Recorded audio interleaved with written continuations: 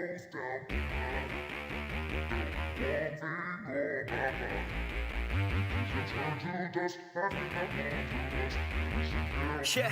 yeah.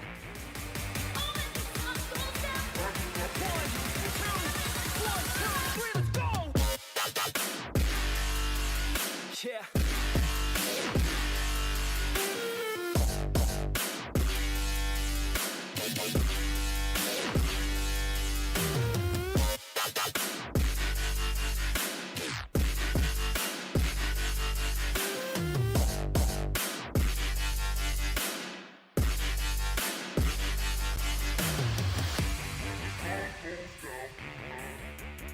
Hello and herzlich willkommen zum Auf Die Fresse, the WXW review podcast in English.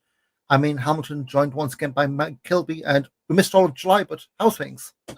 Doing good. It's cooled down a bit now. Well, it's heating up in WXW, but it's cooled down a little bit, at least geographically, weather-wise. 40 degrees 2 weeks ago, no thank you, but yeah, quite a few shows missed while being out, and a little bit of news, so may as well dive into footed like really bad football tackle and get going.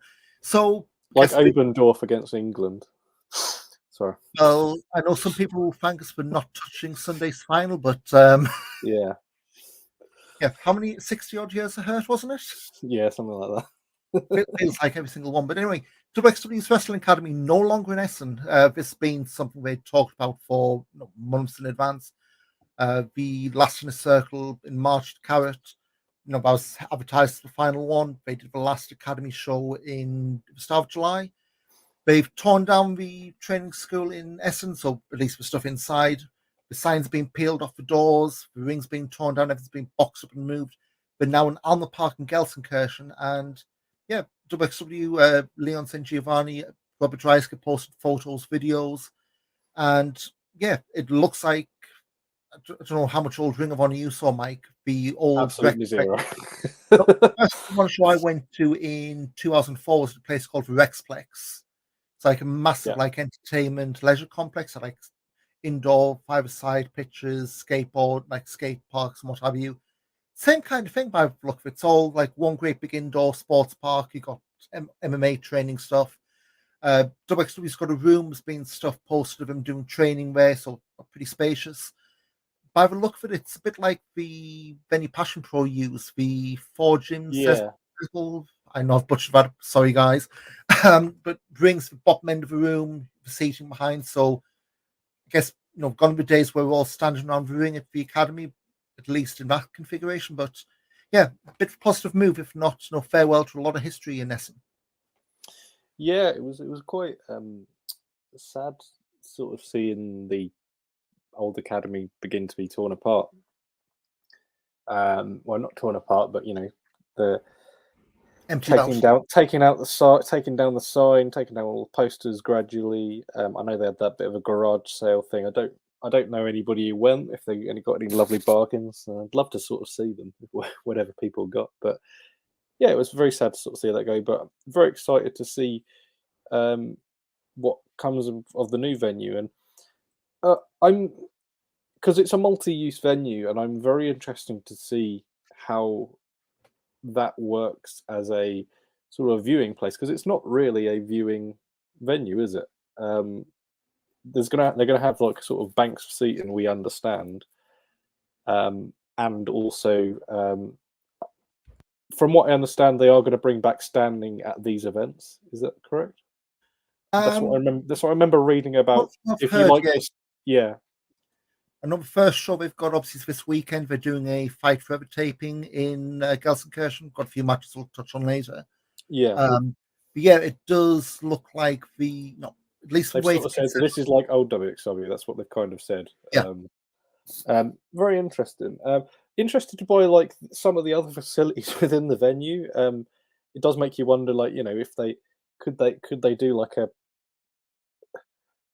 faux ambition super fight thing in the cage at like a inner circle. That wouldn't surprise me. I mean, or even if they, obviously the Fight Forever stuff's like a taping, and they did a Fight Forever, I guess, preview match taped at Dead End. Alex Kane and Ilya Bloom. Ahmed Damasi on commentary was saying, it's kind of going to be like a proving ground kind of thing. So it'll be the academy trainees against folks on the main roster. So it's not going to be, I guess, Well, you might get the odd throwaway thing, yeah.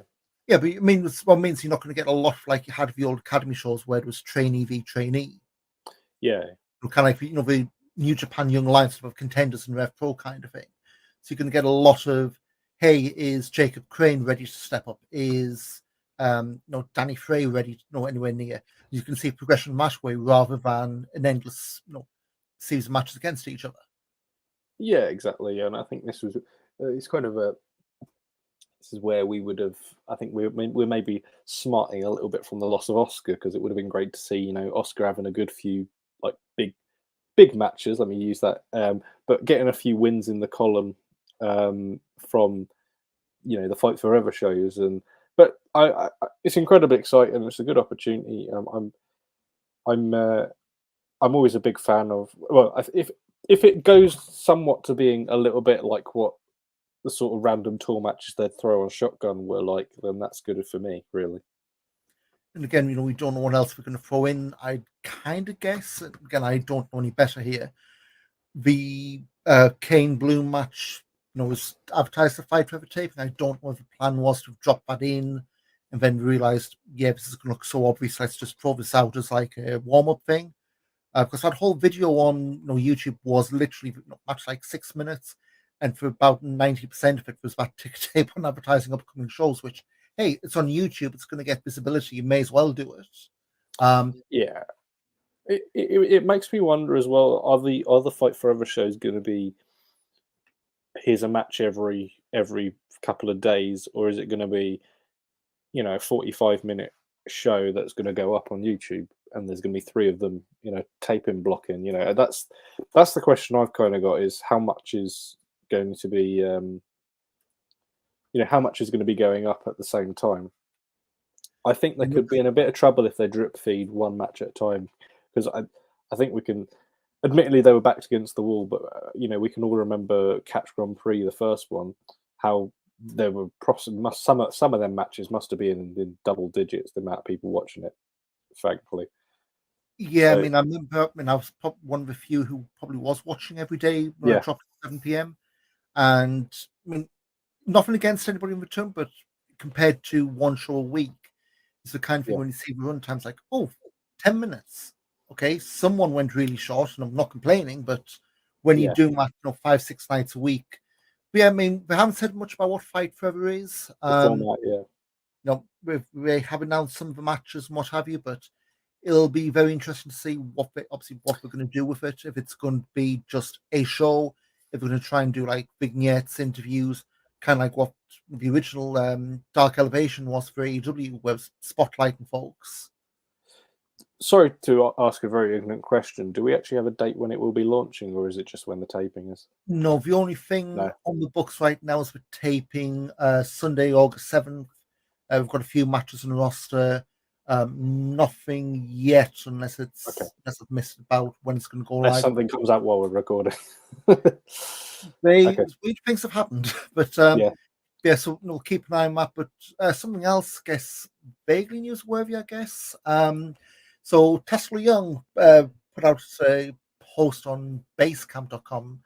I've never heard of it. I guess it's kind of like medium in terms of like long form stuff. No rotation. This looks like WordPress really to me. So it looks a bit like Blogspot sort of thing. Yeah, so I guess kind of like a blog without fully signing up for one, I guess. But it was a little bit of an interesting read. So this is translate. So maybe some stuff lost to the demons of Google. Is everything good again after Corona? Was Task talking about the issues promoters of all sizes have experienced, as things have dialed up now after COVID. Journey's got this weird role, this weird spot where it just feels like everyone is touring at the same time. Large festivals back, you've got likes of Rammstein touring the first time in ages. And then you've got the perfect storm, they call it, but we're all feeling, rising gas prices, rising electric prices, cost of living, that's in the news pretty much every day. So you've got this weird mix of, there's more competition than ever for the same piece of money. Your entertainment dollar, if you want to call it that, something more it's used to. But yeah, and there's one thing I noticed and that was really interesting is specifically for WXW. Saying if it'd been WXW on the Reaper with 400 seats and Unlimited Wrestling with a show on I should pronounce Farley with 250 seats in the summer of 2019, then both would have sold out weeks in advance and could probably have halls with up to half as much more capacity loosely filled. 2022, neither sold out, so of course WXW did Dead End in the Gruntspan in Reeperbahn, Hamburg, a couple of weeks ago. They're quite openly saying that didn't sell out.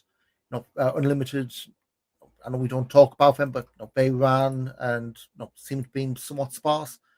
Looking on WXW, they're saying 330 in the Gruntspan, so pretty close. But the one thing that Tass called out was it's local fans not going. So you've got, we're not going to name names just for sake, perhaps, but we know people who travel from all ends of Germany to these shows.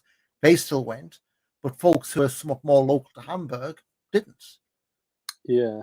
So, is it that you've got the locals who are going, you'll be back again in 6 months, I'm going to see whoever. But for ones who are, I would say hardcore, but you've got folks who would travel more, make it an event, doing that, as opposed to folks like, to drop if possible, we've got a smaller wrestling promotion literally 3 miles down the road from us. Every single show they have has clashed with another show that we've had a ticket for. Yeah, we've not gone. If you want to compare even further to over here, like we've known promotions near us. Fight Nation, they shut their doors because of crowd numbers. Good Wrestling in also Milton Keynes have cancelled a bunch of shows because of attendances. I think Wrestling Resurgence dialed down on a few shows as well because of ticket sales. So it's not just specific to Germany. Every promotion's kind of having this, and yeah, it's that kind of thing of if you're running big shows, what you'd thought would be the easy local market seemingly isn't so much these days. Yeah, I think I think it's kind of indicative of kind of the wider scene in Europe anyway, really. We obviously don't hear about smaller promotions in, Hungary or smaller promotions in France, for example. We obviously see the big ones, but at least sort of from my perspective, I can see the down. Admittedly, for example, for Rev Pro, at least on the 229 shows, which is a bigger venue than they used to run, so they are probably actually getting a net larger crowd. The crowd numbers are nowhere near what they were. It's not standing room only anymore. It's quite comfortable. You've got enough space for everything and your bag. Dive. Thanks, Mike. Exactly. But yeah, so with that respect, I think he is right. It's interesting to it's good to get an insight into sort of the trends, especially, but it's true. Everybody's competing for the same money because effectively there's 3 years worth of touring for all basically mediums. Yep. That haven't been done. And that X Factor as well, and Tass also touched on that.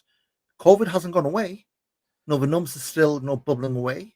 I know last week you said the peak in the UK just started to die down again.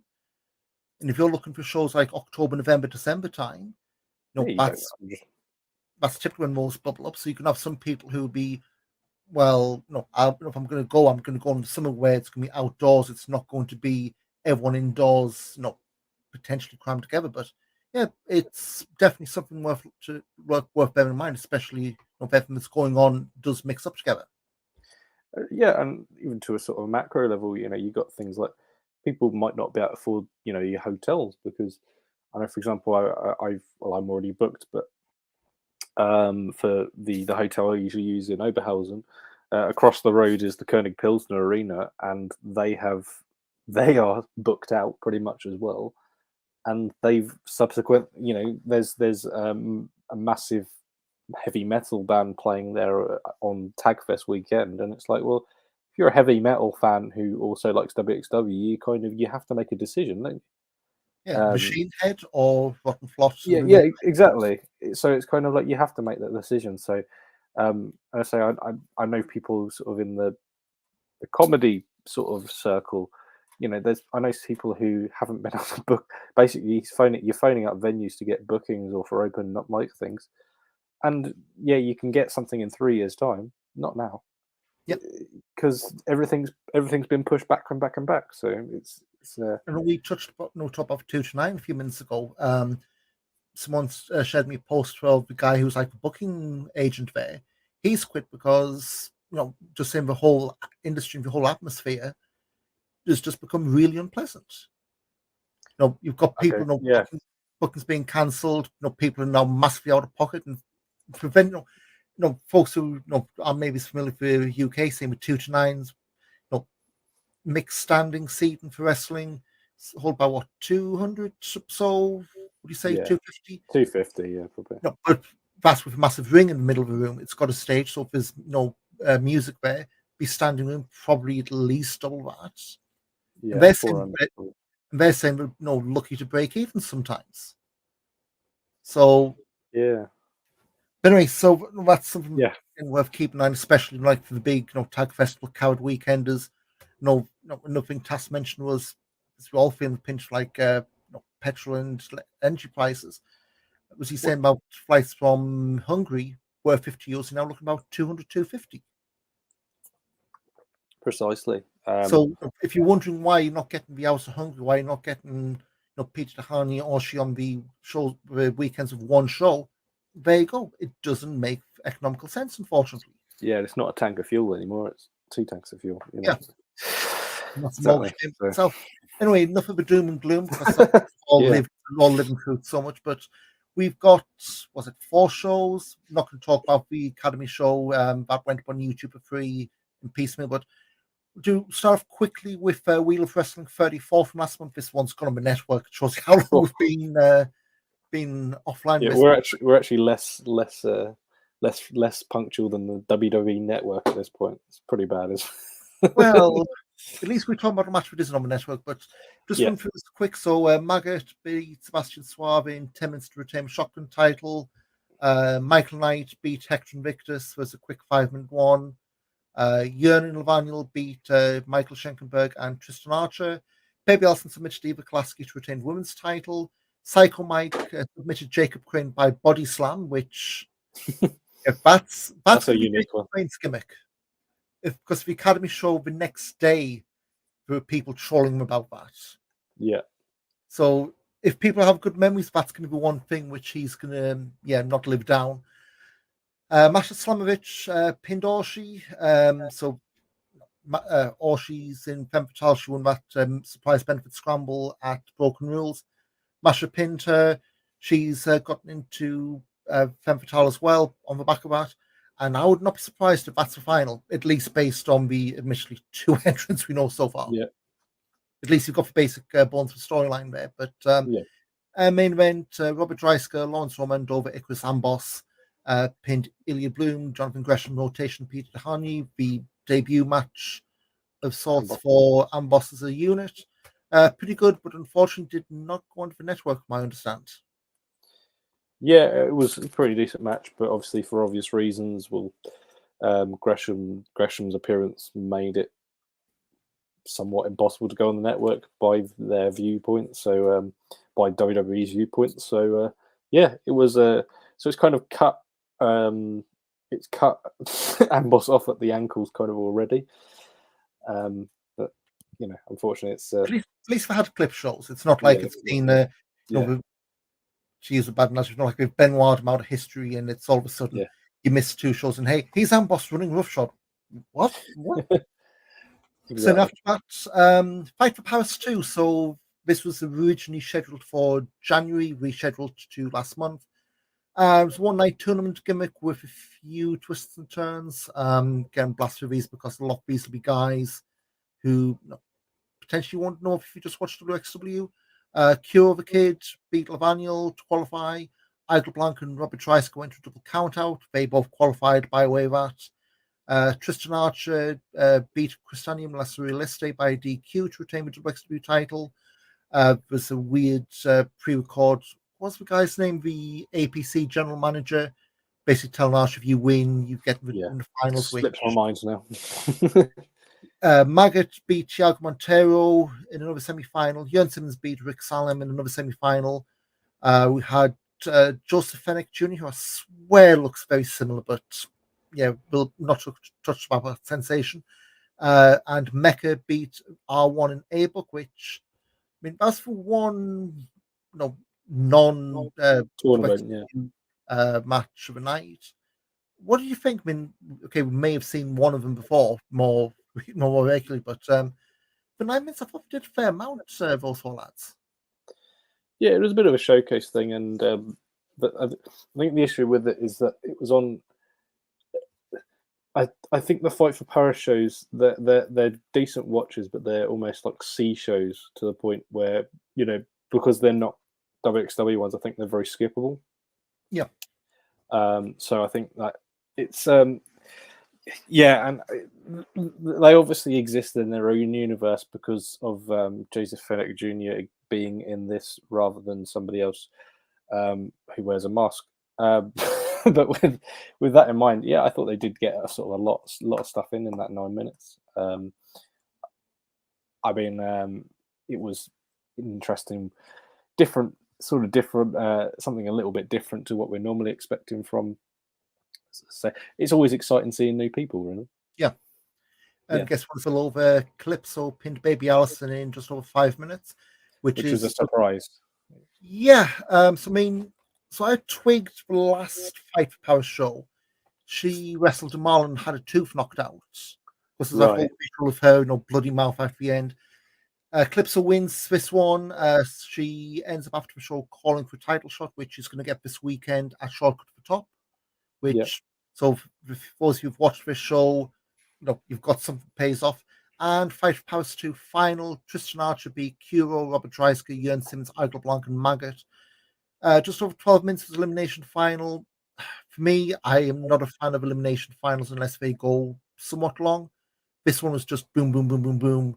Yeah. Nothing really settled for me, but it was an okay show. I wouldn't say it was inessential because there are some bits they did try and weave into future shows, but if you've missed it, there's nothing really bad. So you need to jump back for and really see, I guess. Yeah, it was, as I say, they're interesting sort of shows within themselves, but they're kind of a little bit non-canon, really, because I just don't really think they have very much relevance to the rest of the promotion, really. So we'll go to Frankfurt for Batch Cup for Wheel of Wrestling 35. Ahura in his return match pinned Norman Harris in 11 minutes. So the storyline from Wheel of Wrestling 34, which we kind of spoiled last time and completely skipped over here. Ahura was brought back as the sexy return. I think Norman was filling it. Pulled a switch through his contract, and Norman, I never said who the return match was meant to be, but who booked himself in his return match to be a number one contenders match for the main title. And yeah, I mean, they did play up, I think, the hype video, the background between these two. So who had taken the shotgun title off of Norman Harris back in the Steffi days, or who still got a rather shiny shotgun title, mind. Yeah, he's got one of them ones from FL Wrestling. Yeah, he's got one of them ones from the shop. And we're playing up that he didn't lose the belt, so you've got the two shotgun champions. I'm just going to say this now: Tag League, Tag Festival. That's going to be one of the main events. What, Maggott versus Ahura? Yeah, that would be a good one. I was wondering when they would be doing it, but kind of there's no indication of it being the next show. So yeah, I actually probably think that will be a good one. Do the Sean and Ray's Ramon thing. You've got the two with dodgy belts. You've got the real belts. Yeah, it does make you wonder whether the shotgun title continues to exist. Maybe does it change its name? I don't know. There's no indication that's going to happen. But I suppose you have a undisputed shotgun champion. I suppose you do. But I don't know. Yeah. Again, in fact, we've got two belts around and they haven't addressed, overly addressed. Tells you that these things happen for reasons. WWE don't drop things out and throw it out there and it goes nowhere. The fact that they've had him come back with the belt, it was addressed in a promo. The backstage thing. Yeah, so it's been done for a reason, and the logical one would tell you it's unification at some point, whether it's Tag Festival or they drag it down to Carrot. But so Levaniel over Hector Invictus in 8 minutes. Now, I remember when this came, I think you watched these a few days after me. The wrong man totally won in this one. I know the storylines Hector's kind of on an island because Dennis Dolnick's out. Hector looked freaking phenomenal in this match. Hector is becoming my star of the summer so far. I think every single match he's had every match he's had in the last the last 3 shows, he's just brilliant. I can't really say much more than that. That's just it. Yeah, I think he's bombastic when he needs to be. He's I think he's got with the presence of him sort of just physically is imposing. I think he's got a very convincing sort of demeanor about him. The fact that he was sort of laughing at Levaniel during the beginning. I just think he's been absolutely brilliant this past month or so. So yeah, completely the wrong person won it, but at the same time, I suppose there's reasons for that. Move on. Becca pinned Orshi in just over 8 minutes. Becca won with a Shining Wizard and later kick out, afterwards she bragged, "I won this without my finisher," and got title shots. So yeah, that's the thing. Yeah, I mean, I wouldn't necessarily pin Orshi, but again, it's a whole thing of the women's roster in WWE is pretty slim the best of times.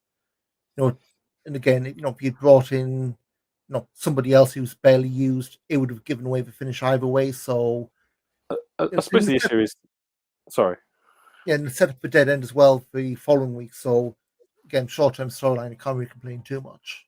I think the issue is that Orshi is, I think, seen as probably a one for the future, and I suppose you can't have a winning immediately, because if you have a winning, she's eventually just going to hit a ceiling, and the ceiling's Baby Allison. And I think you kind of need to build to that. I think if they play their cards right, they've got Killer Kelly number 2 effectively, and they may be able to keep hold of this one. For me, it's you just it was a bit of an odd decision, sort of Becca going over, but I kind of get it if you kind of look at it from that perspective of you kind of can't have a winning straight away anyway. And again, I think the way the roster is, what you don't want is having the title mix straight away, because I say limited number of the roster, you can if you keep doing that and keep cycling around to title shot every few months, it gets stale quick, and you're building for the future. Like you say, you've got to do the best you can to keep away from that part of the roadmap, I guess. But yeah, match wasn't too bad, but they have a storyline that were built to that.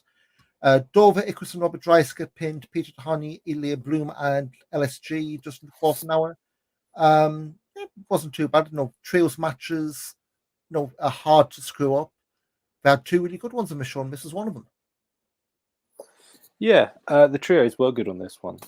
I thought I didn't like this one as much as the main, but I think there's obviously a bit more star power in the main. Yeah. I think Bloom is very exciting. Bloom as a wrestler, and I think LSG, I think as well in these last 2 shows, with the one we'll go on to in a minute. I thought he's a brilliant addition to the roster. I'd love him to stick around. And he's back in America later into short term. I mean, he was over. Was it 2018? I think. Well, he was over for Tag Fest, as they were they were there, and they were probably unofficially the alternate, but they never really got in there. And also Shaheem Ali, Coast to Coast, they did like 3 spot shows and all that. And I think they did challenge for the title, didn't they, at one point? In the lead up. You will need to look because I know. So when I Yeah. did Hamburg in 2018, they were on the cards. Yes. Yeah, Um, I was there as well. yeah, Dead End. Was it Dead End? No, No, it it was wasn't fan Dead End. appreciation night. I'm now desperately trying to figure out where the heck it was. But it wasn't Hamburg because I was very for sure where Absolute Andy completely drained Dilly with a chair Yes. because that chair fell right by my foot. Oh yes, so it was coast to coast against Even Kiev and Pete Bouncer. Yeah. So there's that show. Think yeah, we probably would have had a tag title shot somewhere around there. Yeah. Says not looking through to West. Oh yeah, a freeway at Broken Rules against the Arrows and Coast to That was it. Coast against JFK in That was it. Dresden. So yeah, week before, in fact. So yeah, it wasn't. But again, I think with LSG, obviously he left Ring of Honor when match went down. He's doing a fair amount of Northeast. Shaheem Ali, Coast to Coast, from what I can tell, haven't tagged since 2019. Yeah, that's probably a thing that's gone now, isn't it? I mean, Ali's still going. Well, I say that he's not had a match nearly a year on the cage match. So LSG obviously still is, and he's doing the dare say the old Alexander James thing of coaching and wrestling. And that's what Yeah. you want to do is have guys who can coach and wrestle. Earn your paycheck, lads. Exactly. Yeah, but there's an element of you want to. They probably it's an advantage because they can probably when you're teaching people over here, you're also soaking new things up as well. So it's yeah. And if you only have wrestling, I mean, the match was 15 minutes. It's a trios match. You probably only had 2 or 3 of those. Whereas if you're actually training against, you work with more people, you're learning and you're absorbing as well. And you get every days out in Essen as well. So exactly. Had a shotgun title defense, Magda Vincent Heisenberg with Baby Allison's special ref. 15-minute time limit drawn. This was just one great big storyline. So the story going in was Norman Harris was just pissed off with is it the Frankfurt show? Baby Allison slapped him. So that's why we got Becker and Allison in Frankfurt. So Becker and Orshi in Frankfurt, I should say. And here it was, well, we're going to put the rest of our group against each other. They originally tried to do a double count out. Norman threatened to strip them, all of them of the titles. They then had a match with Heisenberg actually going some in it. And then at the end, Baby Allison talked them into just sitting down the final few minutes. And yeah, not much to say. Brings out Harris, and then Harris gets a slap for his trouble again. I have a feeling this is the start of them planting the seeds for shotgun unification. Yeah, I think so. Norman brought back Ahura. He's been messed around with the real shotgun champion. Yeah. It's a slow burner, but that seems to me where they're heading. But the main event, another trios match, Michael Knight, Jörn Simmons and Bobby Guns over Nikita Krizma, Mikhail Schenkenberg and Tristan Archer. Absolutely phenomenal trios match. And in fact, we're building up 2 matches in one for this and arguably 2 of the main events. Booking 101, that is really that match. Yeah. It's hard to mess up trios matches, and if you're doing this to build up matches rather than just you and you against you and you, all the better for it. Exactly. You put the two hill champion, the hill tag team champions and the hill champion against the face challengers. It's like booking 101. It's like they did it at they did something similar at Carrot 18. You put Guns and Bones versus Walter and Speedball. And it was brilliant, that match. It's just easy booking, and it's just always a success as long as like everyone's up for it, and they certainly were in this one. I think it was the best match of the loop in general, really. Oh, absolutely. I mean, it's not a knock on the restaurant, but this for one, it built them. I think we'll see a dead end.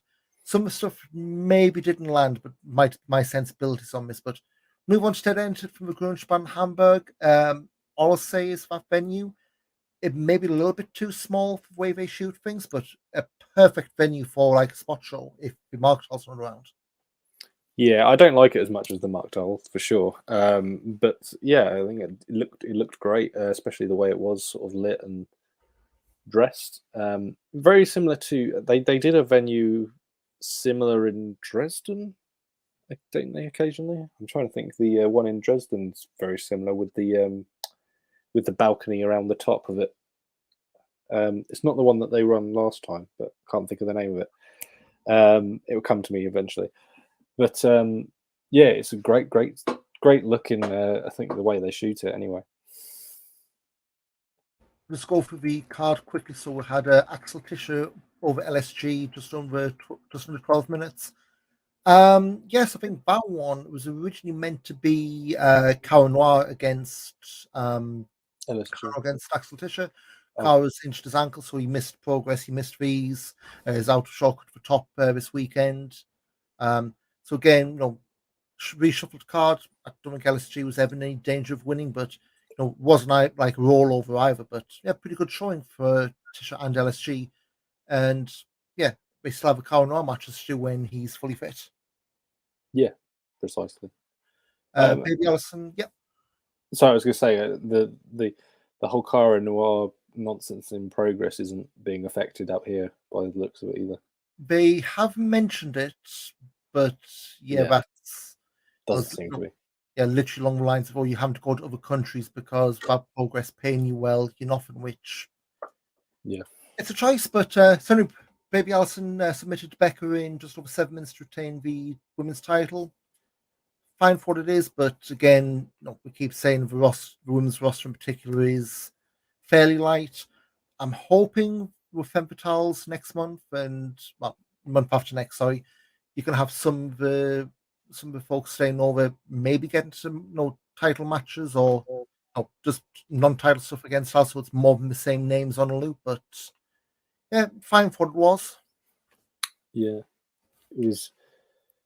Yeah, it was a fairly meat and potatoes performance from Allison. It was, I think, she's only getting better, I think, with every performance, and I think she just needs more and more of these sort of matches, really. Yeah. And again, I don't want to say, nobody thought that Beck would win. I mean, we had Ava Everett earlier this year had a brief run of the title, so I think even that wasn't off the table. But so matchup next that had some implications for Tag Festival. Nikita Charisma and Mikhail Schenkenberg against Bobby Guns and Michael Knight. Losing team excluded from Tag Festival. Winners obviously tag titles on the line. I'm just going to bundle this in with the match afterwards. Robert Dreisker, Lawrence Romans, go for it. Michael Blanc. This is probably my sensibilities with tag matches. I absolutely hate tag matches that get so cute like this. Like you had, especially, I mean, these were back to back on the VOD at least, but you had the tag title match had a non-finish where Charisma submitted, but he wasn't the legal man. So they restart the match and Rotten Flot win with low blow, referee misses. So Rotten Flot win with belts. They're in Tag Festival. Only Friends aren't in Tag Festival. Yeah. Which I don't know if that means they are going to go their separate ways for the time being or what, but they did exit on separate sides of the stage. Yes, and again, bad ain't a mistake. Yeah. Well, it could have been. Well, yeah, the fact they could have faded away before they walked off, I guess. But so we did that, and then the Amboss Senza Idol match.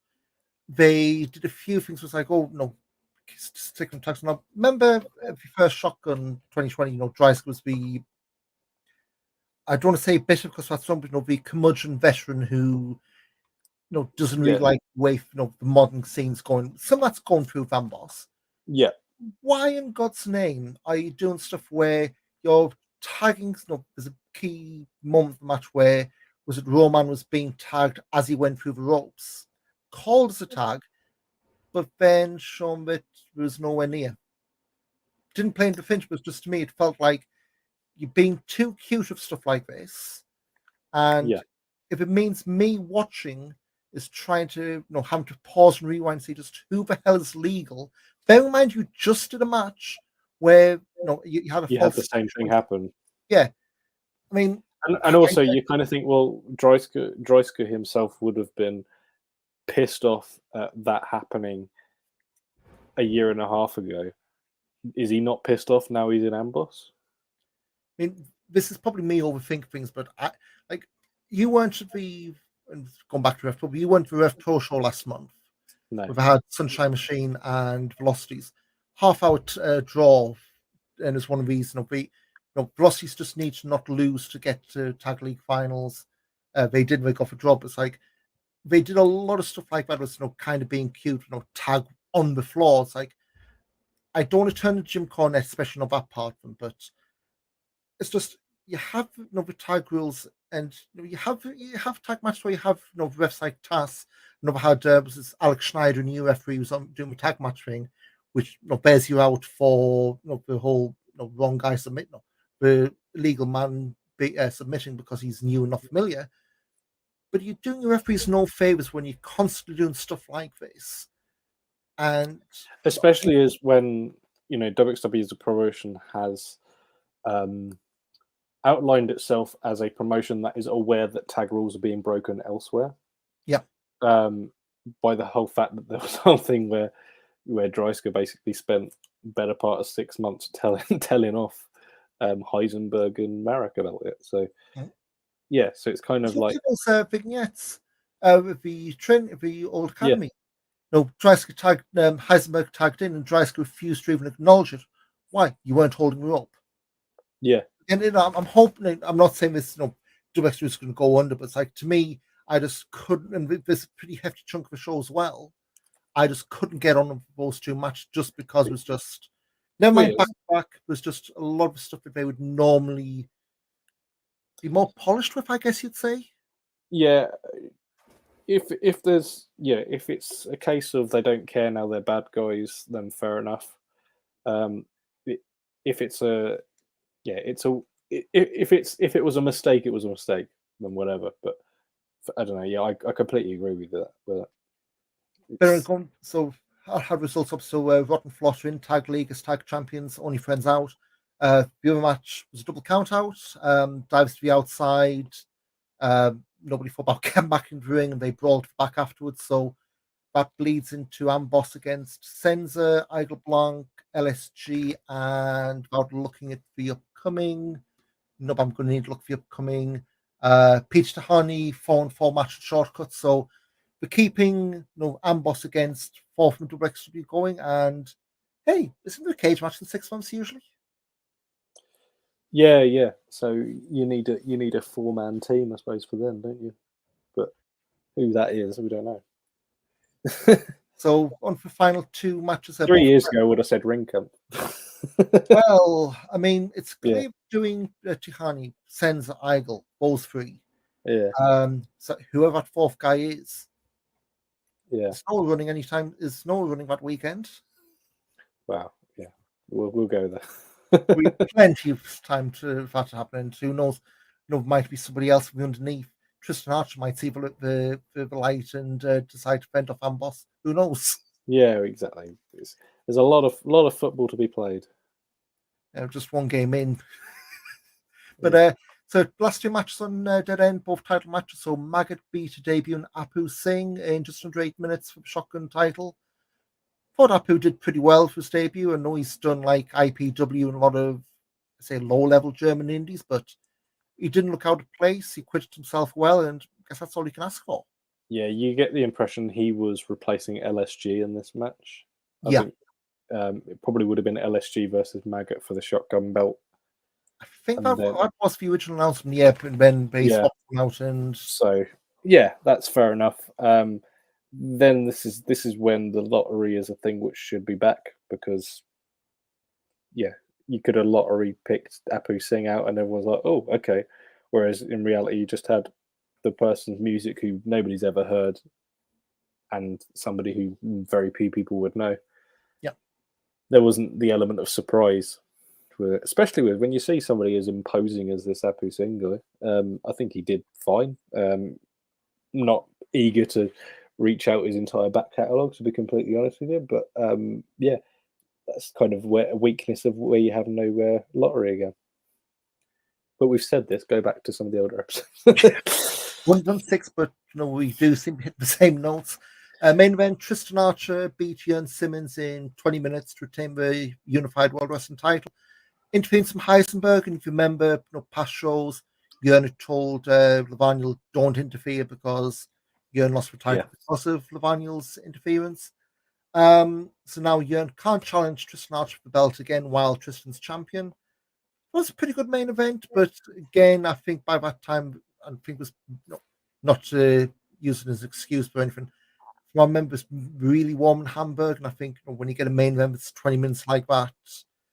I think if I remember right, there were a few people like the gasps of disbelief when Jörn lost, but at the same time, I don't think there were too many who were like really biting that much. Yeah, it would have been hot shotting it, I think, if he'd won it back again. They would. I think they did. They did make a point about it being sort of it would have been a record-breaking win for Simmons, because it would have been it would be the first person to get 4, wasn't it? 4 titles. So yeah, they did kind of make that. But yeah, it was. I think the problem is, I think sometimes this Archer really goes a little bit long. I don't necessarily know if he's got it in him really at the moment. He's good. Archer is obviously he's gone way up in my estimation, but I really don't know if he's got a 20-minute main event to bring the house down sort of in him at the moment. So they're all sort of ending in a bit of a crappy finishes. And it's it's a bit of a disappointment, but I suppose when you head towards Tagfest with a big title match, I think you could have, if you have sort of a big popular person winning Shortcut, which we'll go on to in a minute, obviously.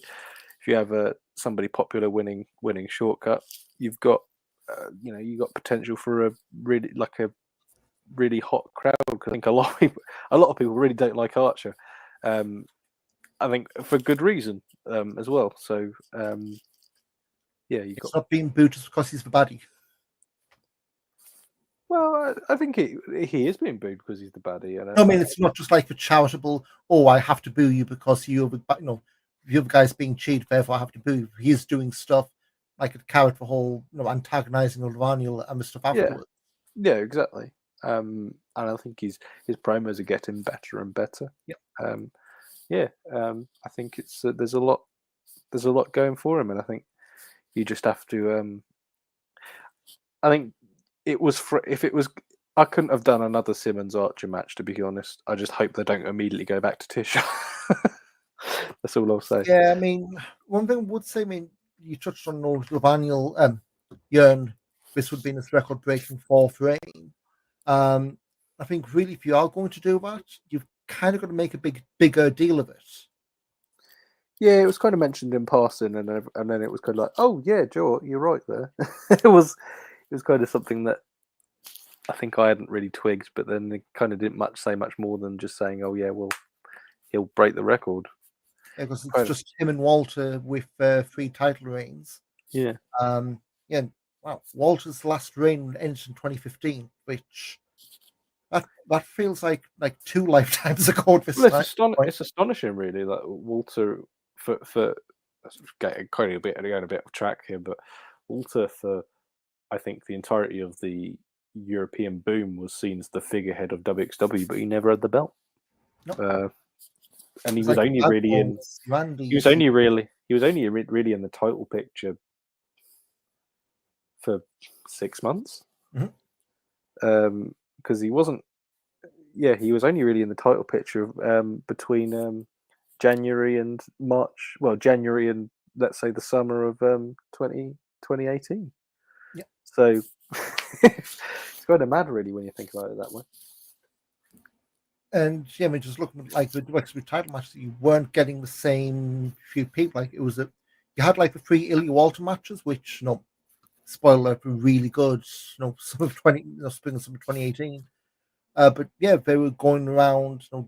Various different people. It wasn't the same match ad nauseum like some promotions might, but yes, that was Dead End. I think the next WXW show they're doing in Hamburg is Dead End 2023 in Marktal. So, assuming the world doesn't go to hell again, it's back to Marktal for Dead End, which is always a good sign. So yeah, that's the shows we've missed now. A couple upcoming. So this weekend on Saturday we're at Shortcut for Top, which pretty stacked card for really a show which could probably sell out and just be the self-titled match. But You've got Who against Tristan Archer for the unified title. I guess that's the semi-main. Calypso, as we said, beat against Baby Allison for the women's title. Amboss, so it's Dreisker, Dover, Icarus, and Lance Roman against LSG, Peach Tahani, Sense of Ultra, and Idle Blanc. Bobby Guns against Axel Tischer and then the shortcut to the top match. And they haven't said outright, but typically the winner of this gets the main event match. I guess it'll be Championship Sunday for Tag Festival, depending how it all pans out. Not going to ask for odds, but on the graphics so far, Nikita Charisma, Mikhail Schenkenberg, LSG, Jörn Simmons, Orshi, Axel Tischer, Paige Tahani, Vincent Heisenberg, Maggot, Hector Invictus, Michael Knight, Sense of Alto, Dover, Icarus, Lawrence Roman, Robert Dreisker, Fast Time Mudo, Igel Blanc, Lavaniel, and Bobby Guns. 20 for 30 announced. That's all they're going to announce. I expect some surprises. I know years gone by, we've had Dirty Dragon was in a few years back. Want to remember? Yeah, you had Thatcher in 2019. 2019, you had Thatcher and Star. You had Carsten Beck, obviously the big surprise win. Well, to be fair, you had Jörn Simmons come back as a surprise in last year. So yeah, and won it. Mike Schwartz the year before. Yeah, so there's always room for surprises. I think there's a handful of people who I've kind of got on my private ticket of who I think might come back, but I won't reveal those, obviously. But yeah, it's there's a lot of it's always an exciting thing. It for me, it sells the show anyway. So I don't. I think you just need to have a really, really strong winner, because I think they could struggle. I think they'd struggle if you have a Lavaniel winning it against, for example, Lavaniel versus Tristan Archer. I don't know if that sells me on the title night, the Sunday main event at Tagfest. Yeah, and again, from the field of 20, for some reason I'm homing on Bobby Guns, just because of the whole only friends going with separate ways at least after that match. Maybe I'm reading too much, and that's a red herring they've deliberately left for everyone to pick up on, but yeah, we'll see Saturday night. Although actually, in a way, maybe Lavaniel does make sense for actually when I'm thinking about it. But yeah, there's a lot of options, and I'm looking at who also is in the show. Around that weekend, you've got your people like Endokara, who is on the following show. Some of the trainee guys, I'm sure they'll turn up, and say you might get the odd surprise. It's one or two surprises I'd really like, but who knows, really. Let's see what Wrestling Santa brings us this weekend. Exactly. So August 7th, the next night, we debut the Fight Forever tapings. That's in the Alma Park Fight Club in Gelsenkirchen. So these are going to be recorded for Bilibili and YouTube. Got a few more matches announced. Endokara against Bobby Guns, Jacob Crane, Michael Knight, Nick Schreier against Lavaniel, Danny Frey against Norman Harris, LSG and Ilya Bloom against also Hungary, Orshi against Robert Dreisker again, and Alex Kane against Peach Tahani. Pretty decent. You'd assume all of those are in shortcut. Alex, at least most of them. But yeah, Alex hasn't been announced for shortcut. You'd assume they would be, though, a lot of those. Again, I do. I said before, this calling it like proving ground, so you're going to get a lot of trainee and main roster guys. So some decent matches, and you'd expect like that LSG Ilya Bloom match against the Arrows. That's got a great big storyline alert written all over it. That's going to be dovetailed into what's going on the quote-unquote main roster. Yeah, and that Orshi Dreisker one as well. That's probably going to be another one where you're going to have people running in for that one. The last Orshi Dreisker match was great. So we've done one, I want to say, is it Leipzig? Like a non-televised show, we did another one in. So, in fact, we've run this back. This will be the third time we've run this back in a matter of months. I know we've said it, but they clearly see something in Orshi. And Well, Dreisker himself said in the interview that was on YouTube, which you'll have to search for because I can't remember who did it. Yeah, whoever. He did say basically, "Or she is female Oscar." So it's just a shame, like on Facebook, because my Facebook automatically translates with German announcements. Every single time it comes up, bear. Oh, for Orshi. Yeah. Oh, okay. I didn't know that. It's I don't know if it's Google, Facebook grabbing what that word is and translates to something else, but every single time there's a few where it just doesn't look right. Well, sometimes it translates Axel Tischer as Alex Carpenter, which is obviously the name I sometimes call him. Old Alex Carpenter. So Orshi is Italian for bears, so there that's we go. that's where we're getting it. They're grabbing that word and instead Keep of an eye- translating a full paragraph, they're saying, "Oh, we know that word in this language. The rest must be German." Which, come on, Facebook, be smarter. Keep an eye out. You'll see Alex Carpenter everywhere you look now. You'll see it all the time. Badly translated indie posters. So after that, we've got XW debuting in Sim City, the venue, not the game, in Vienna on September 23rd. Yeah, not really. I think it's just going to be a fight for every sort of show. But yeah, they're called Wheel of Wrestling Live, so it doesn't look like it's going to be taped. Apparently, it's part of the Vienna Catch Fest, so I would almost say it's kind of like when we do the Dortmund Comic Con kind of shows. Yeah, yeah. Not really sure what to make of it, really, but quite excited. It does look really good. I am actually considering going, so I've actually booked the time off to potentially go, so I might be going. I might be able to give you a live report. That'd be nice, wouldn't it?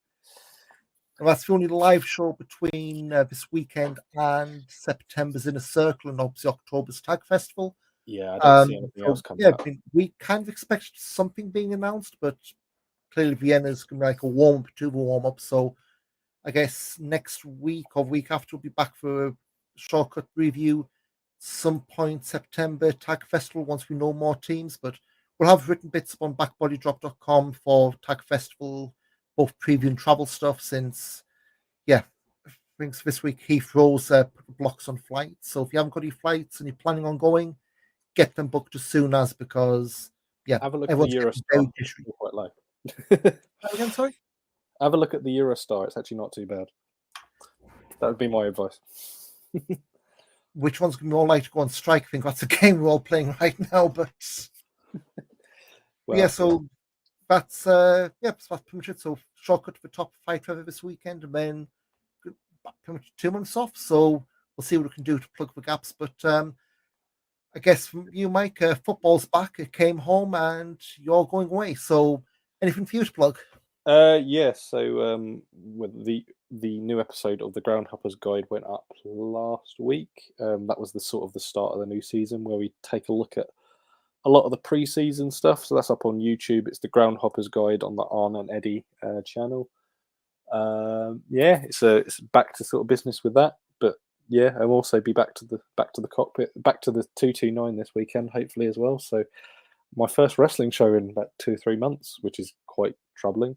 Last one would have been Stevenage, wasn't it? What's that? Last one would have been Stevenage. It would have been a long time ago. So I've forgotten how the wrestling works. Maybe that's good. Hey, you'll be qualified for referee. Referee needs some new ones, but so that'll do it for another episode. We'll be back in a few weeks with talk of Shortcut for Top. WXWnow.com, of course, for all of these shows on demand. I'm Ian, he's Mike, and we will see you in a few weeks. Cheers.